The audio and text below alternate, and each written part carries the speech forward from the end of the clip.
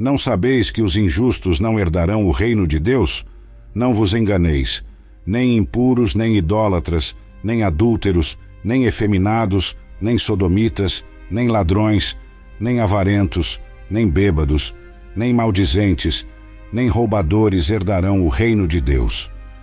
1 Coríntios, capítulo 6, versículos 9 e 10. Hoje, vamos explorar um tema delicado e sério: os pecados sexuais graves segundo a Bíblia. Se você está enfrentando alguma dessas situações, saiba que há esperança e cura em Jesus Cristo. Esses temas são frequentemente discutidos e até normalizados pela sociedade moderna, mas, na visão bíblica, são comportamentos que nos afastam de Deus e de seu plano para nossas vidas. A Bíblia é clara ao falar sobre sexualidade humana. Deus criou o sexo como uma bênção no casamento, mas ele tem limites claramente estabelecidos nas Escrituras. Ultrapassar esses limites nos coloca no terreno do pecado sexual, com consequências devastadoras. Pecado número 1: homossexualidade. Como seguidores de Cristo, devemos enfrentar esta questão seriamente. Nossa fé se baseia na verdade da palavra de Deus, que não permite relativizações quando se trata de pecado. Em Levítico 18, versículo 22, encontramos uma declaração explícita contra a prática homossexual no Antigo Testamento. Com homem não te deitarás, como se fosse mulher. Abominação é. Em Levítico 20, versículo 13, a lei é reafirmada. Se um homem se deitar com outro homem como se fosse mulher, ambos cometeram abominação. Certamente serão mortos. O seu sangue será sobre eles. No Novo Testamento, Paulo discute as consequências da idolatria em Romanos 1, versículos 26 a 27, mostrando como ela leva a práticas sexuais contrárias à natureza. Apesar dos contextos culturais e temporais, a questão da homossexualidade é apresentada consistentemente como contrária ao plano divino para relações humanas. No entanto, a mensagem é de arrependimento e transformação para todos. Em 1 Coríntios 6, versículo 11, Paulo fala sobre redenção para quem se volta para Cristo, independentemente do passado. Como igreja, devemos oferecer amor, orientação e apoio para aqueles que buscam superar seus pecados e viver de acordo com os mandamentos de Deus. Número 2. Sensualidade e exibicionismo. Este tema é frequentemente tratado superficialmente, mas tem profundas implicações espirituais e morais segundo as Escrituras. Fala sobre a sensualidade e o exibicionismo, práticas que são contrárias aos ensinamentos bíblicos sobre como devemos honrar nossos corpos. A Bíblia nos ensina que nossos corpos são templos do Espírito Santo. Em 1 Coríntios 6, versículos 18 a 20, Paulo nos exorta diretamente: fugir da fornicação. Todo pecado que o homem comete é fora do corpo, mas o que se prostitui peca contra o seu próprio corpo. Ou não sabeis que o vosso corpo é o templo do Espírito Santo, que habita em vós, proveniente de Deus, e que não sois de vós mesmos, porque fostes comprados por bom preço. Glorificai, pois, a Deus no vosso corpo. Paulo destaca o valor que Deus atribui a cada um de nós. Nosso corpo não é nossa propriedade para fazer o que bem entendermos. Foi comprado por um preço, o sacrifício de Cristo. Jesus nos advertiu sobre as consequências de provocar outros ao pecado. Em Mateus 5, versículo 28, ele disse: eu vos digo que qualquer que olhar para uma mulher com intenção impura, já cometeu adultério com ela no seu coração. Vivemos em uma cultura que celebra e incentiva a exibição do corpo de maneiras provocativas. A mídia, a moda e as redes sociais estão saturadas com imagens que desafiam os princípios bíblicos de modéstia e pureza. Como cristãos, somos chamados a ser diferentes, a viver de maneira que reflete os valores do reino de Deus, não os do mundo.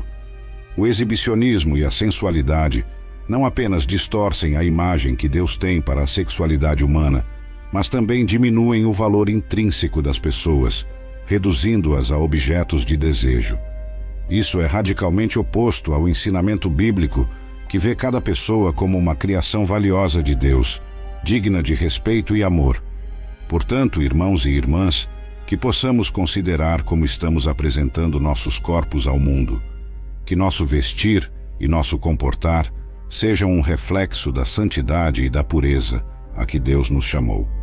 Lembrem-se de que somos luz do mundo e sal da terra, chamados a fazer a diferença e a glorificar a Deus em tudo o que fazemos, inclusive na maneira como nos vestimos e nos comportamos.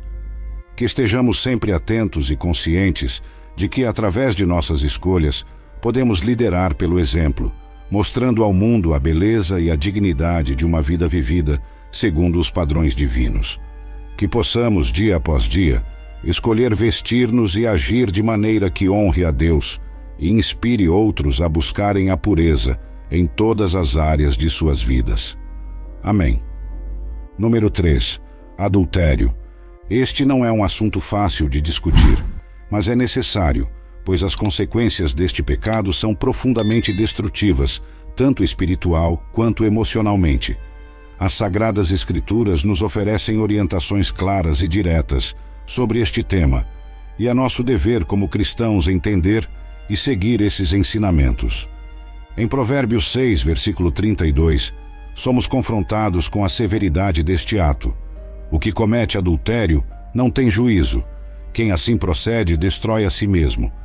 Essas palavras não são apenas um aviso, mas uma declaração sobre a realidade devastadora das consequências do adultério. Esse pecado não apenas quebra a confiança, mas desintegra o tecido de nossas relações mais sagradas, o casamento.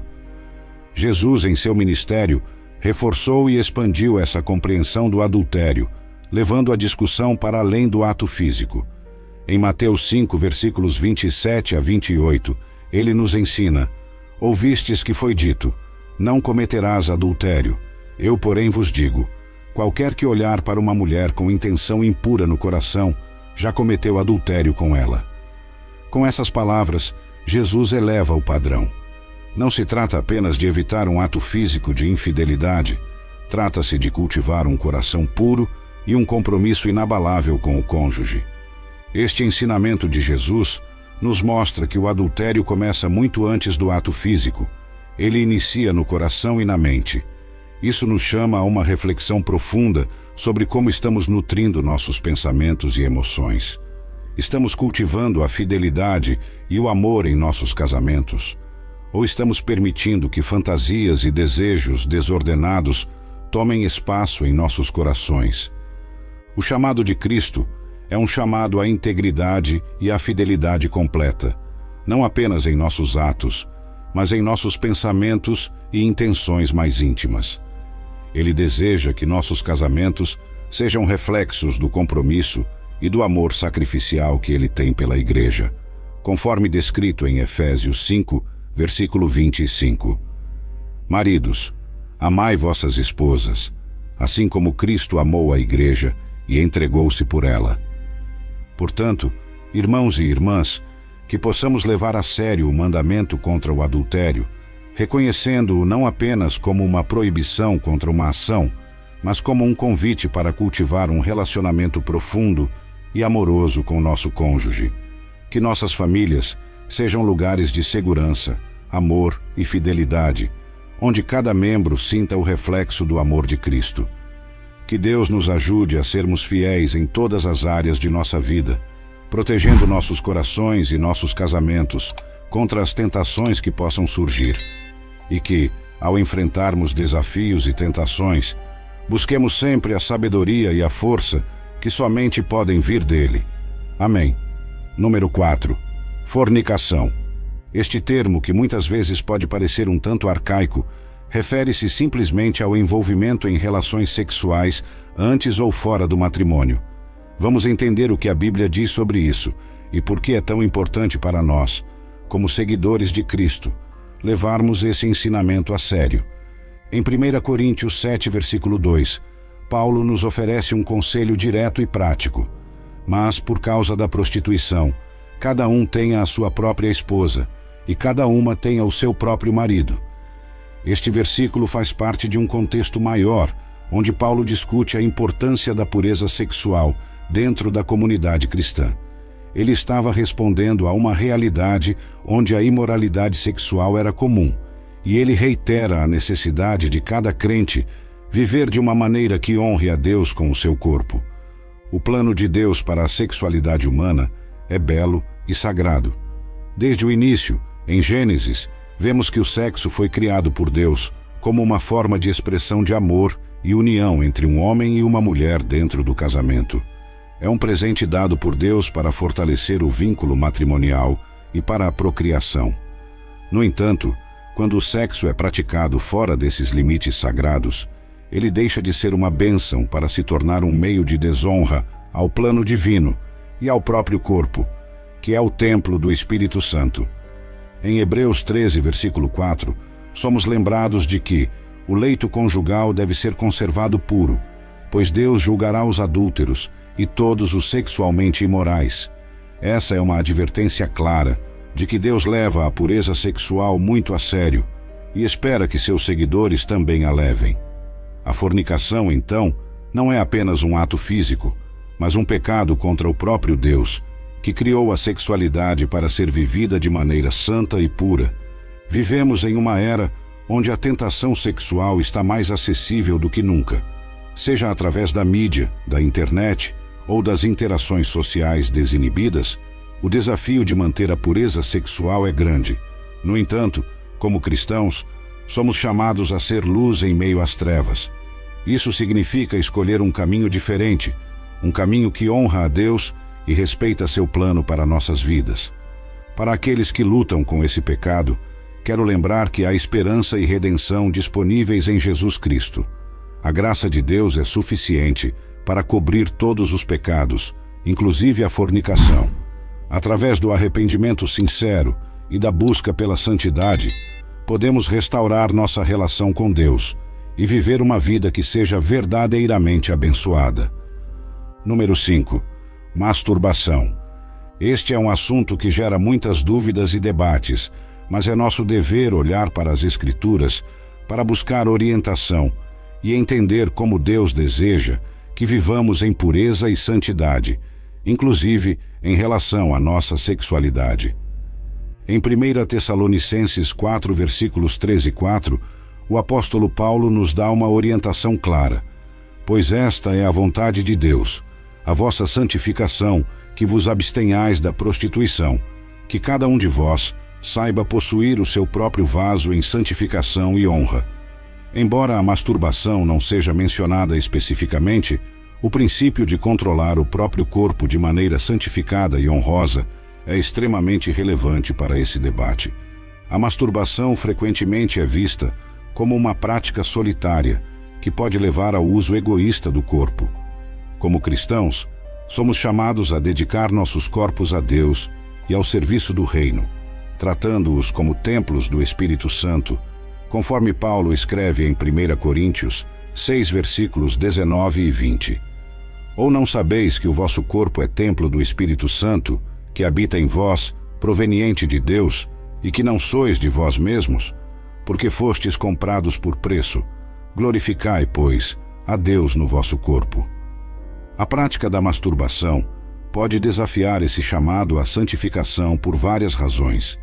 Primeiramente, ela frequentemente envolve fantasias sexuais que podem levar a um estado de luxúria e desejo, que está em desacordo com os ensinamentos de Cristo sobre pureza de pensamento e ação.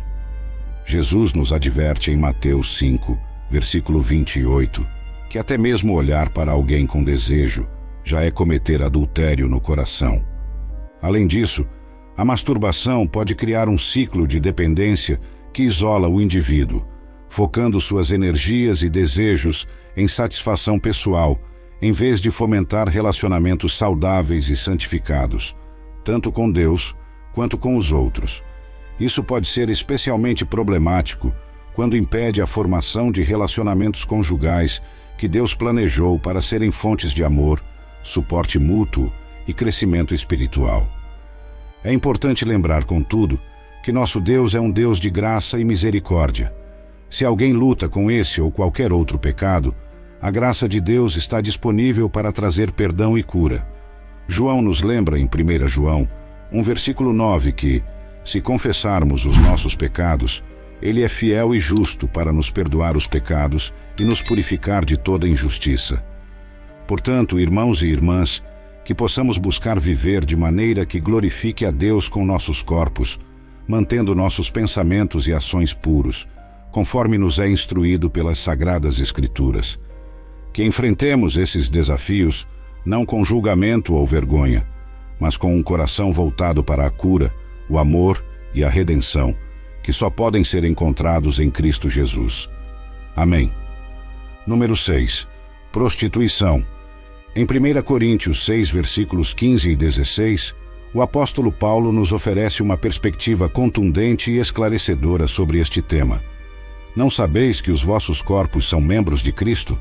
Tomarei, pois, os membros de Cristo e os farei membros de uma prostituta? De modo nenhum. Ou não sabeis que o que se une à prostituta forma um só corpo com ela? Pois está escrito, os dois serão uma só carne.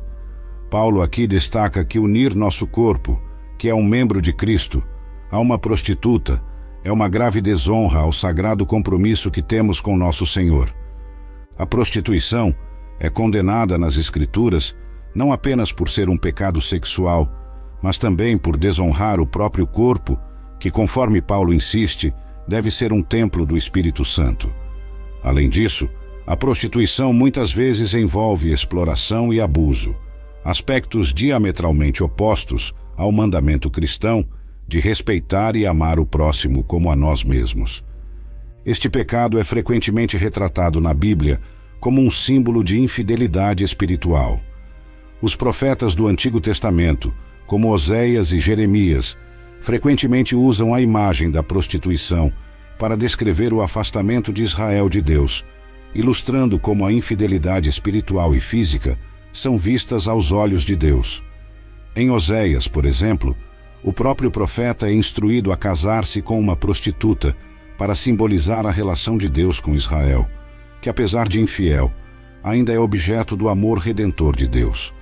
Além da condenação espiritual, a prostituição traz consigo profundas consequências psicológicas e sociais. Ela degrada aqueles envolvidos e perpetua ciclos de abuso e exploração. É essencial que, como igreja, não apenas condenemos este ato, mas também atuemos como agentes de mudança, oferecendo apoio, cuidado e caminhos de recuperação para aqueles envolvidos nessa prática. Como seguidores de Cristo, somos chamados a buscar justiça, amar a misericórdia e caminhar humildemente com nosso Deus. Miqueias 6, versículo 8.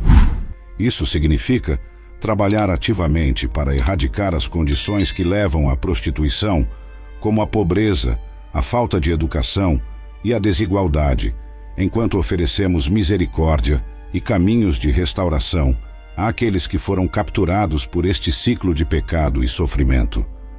Número 7. Incesto. Irmãos e irmãs, hoje nos deparamos com um tema extremamente sério e delicado, o incesto. Esta prática, claramente proibida nas Escrituras, é uma transgressão direta contra os mandamentos que Deus estabeleceu para a proteção e a santidade da família. Vamos mergulhar nas Sagradas Escrituras para entender a gravidade deste pecado e o claro posicionamento de Deus sobre ele. Em Levítico 18, versículo 6, encontramos uma diretriz explícita de Deus para seu povo. Ninguém se chegará a qualquer parente próximo de sua carne para descobrir sua nudez. Eu sou o Senhor. Este capítulo continua detalhando várias relações familiares, nas quais as relações sexuais são absolutamente proibidas. Este conjunto de leis foi dado para estabelecer limites claros, protegendo a integridade e a pureza das relações familiares. A proibição do incesto não é meramente uma norma social ou cultural.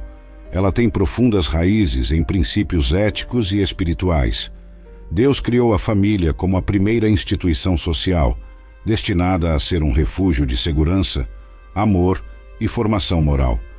Quando esses limites são violados, as consequências são não apenas espirituais, mas também emocionais e físicas, muitas vezes resultando em traumas profundos e distúrbios genéticos que podem afetar gerações.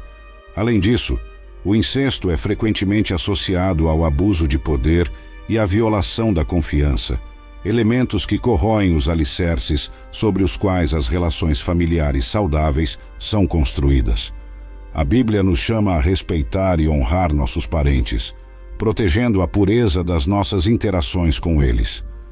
Este pecado é tão grave aos olhos de Deus que, além das leis em Levítico, encontramos diversas outras referências bíblicas que condenam a prática, demonstrando as severas consequências sociais e espirituais que ela acarreta.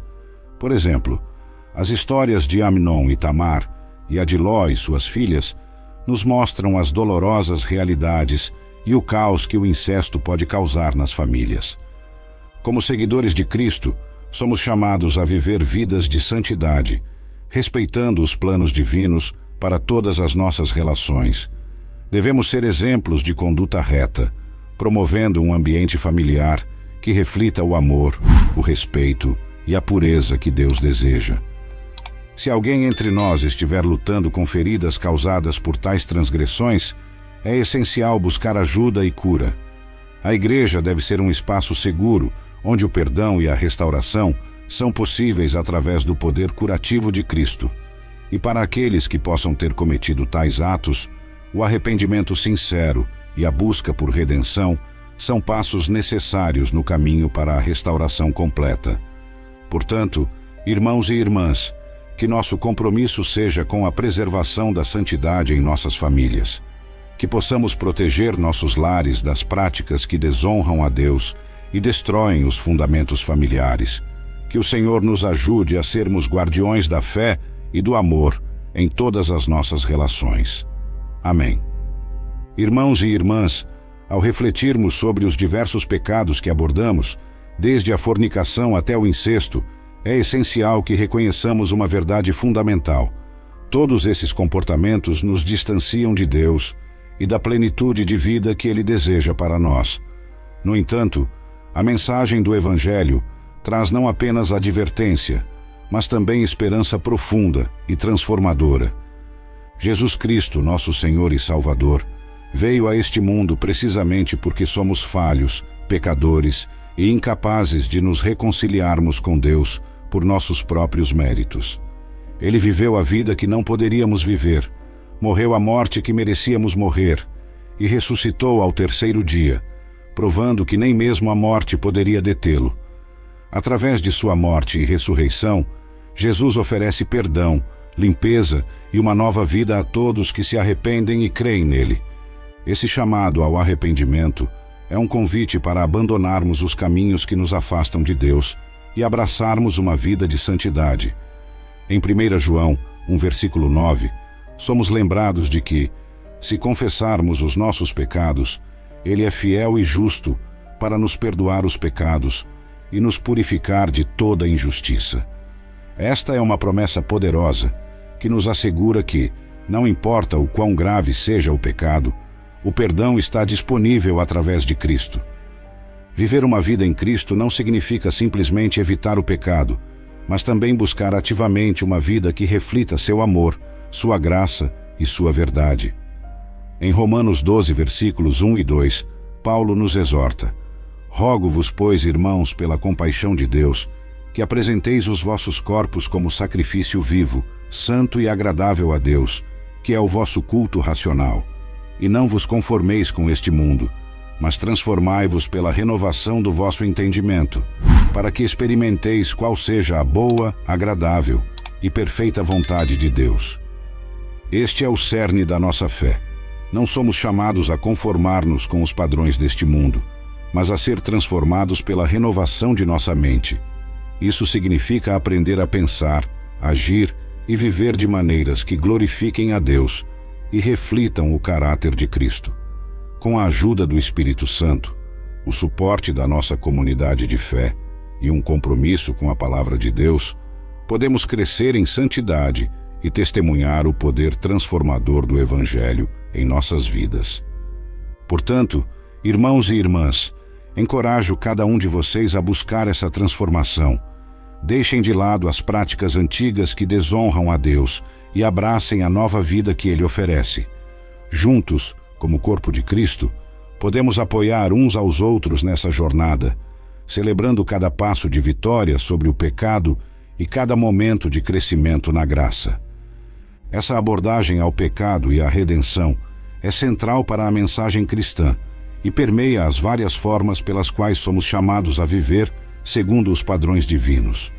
Como comunidade de fé, devemos estar sempre prontos para apoiar aqueles que buscam o caminho de volta a Deus, fornecendo um ambiente acolhedor e recursos para o crescimento espiritual. No entanto, é importante lembrar que a jornada espiritual é pessoal e única para cada indivíduo. Encorajamos cada pessoa a buscar relacionamentos autênticos com outros crentes, participar de estudos bíblicos e envolver-se em práticas espirituais que fortaleçam sua fé e compreensão das Escrituras. A igreja deve ser um farol de esperança e luz, não apenas em palavras, mas em ação. Devemos ser ativos na nossa comunidade, demonstrando amor e compaixão e estendendo a mão aos necessitados. Nossa fé deve ser visível através de nossos atos de bondade e nosso compromisso com a justiça social. Em Mateus 25, versículos 34 a 40, Jesus nos chama a ver a Ele nos mais vulneráveis entre nós. Então dirá o Rei aos que estiverem à sua direita: Vinde, benditos de meu Pai, possuí por herança o reino que vos está preparado desde a fundação do mundo. Porque tive fome, e destes-me de comer. Tive sede, e destes-me de beber. Era estrangeiro, e hospedastes-me. Nu, e vestistes-me. Enfermo, e visitastes-me. Estava na prisão, e viestes a mim. Então os justos lhe responderão, dizendo: Senhor, quando te vimos com fome, e te demos de comer, ou com sede, e te demos de beber? Quando te vimos estrangeiro, e te hospedamos, ou nu, e te vestimos? Ou quando te vimos enfermo, ou na prisão, e fomos ver-te?